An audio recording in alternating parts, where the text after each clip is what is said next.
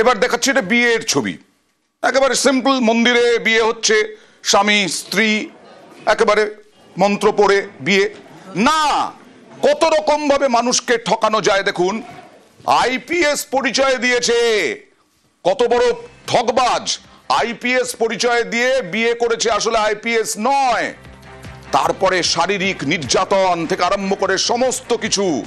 রায়গঞ্জের এই ঘটনা পুলিশের জালে তো পড়বেই। বিয়ের পর থেকে স্ত্রীকে মানসিক শারীরিক নির্যাতন। মুক্তা, কত বছর কতদিন হলো বিয়ে হয়েছে এবং কি করে এই যে মহিলা, তিনি কিভাবে ট্র্যাপে পড়লেন? দেখো না, তোমাকে বলি যে ধৃত পুলিশ জালে ভুয়ো আইপিএস হৃদয় দীপ শর্মা, তার বাড়ি মালদায়।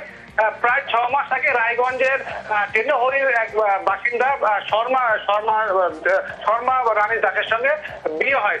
সেই বিয়ের পরে তখন তার সন্দেহ হয় যে একজন আইপিএস অফিসার, যদি আইপিএস অফিসার তাহলে তো কাজে যাবে, কিন্তু সে কাজে যারা সবসময় বাড়িতেই থাকে। তার সন্দেহ হয়, আর যখন বাড়ি থেকে বেরোবে তখন মুখে মাস্ক দিয়ে সে তখন বাড়ি থেকে বেরোয়। তখনই তার স্ত্রীর সন্দেহ হয় যে যদি আইপিএস তাহলে কাজে যাবে, তাহলে কাজে না যেয়ে তাহলে এই ব্যবহার কেন করছে। এই তখন সন্দেহ হওয়ার পরে স্বামীকে যখন বলে, কয়েক মাস থেকে তার সঙ্গে মানসিক এবং শারীরিক টর্চার শুরু হয়।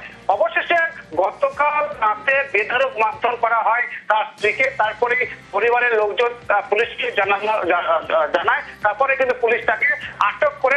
এইভাবেই কি বিয়ে করে করতো? এইভাবেই পরপর বিয়ে করেছিল? এরকমও দেখা যায় অনেক ক্ষেত্রে। এর ক্ষেত্রেও কি তাই?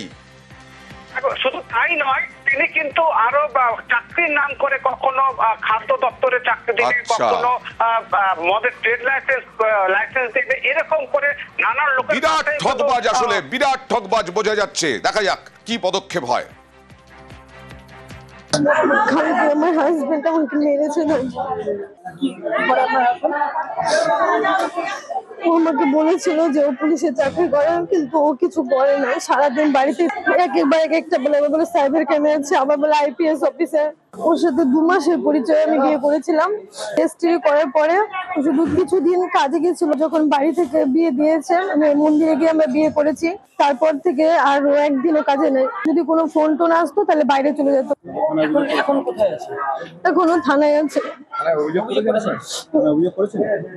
আমার বাড়ি থেকে ওকে ফ্রড কেসের জন্য করেছে।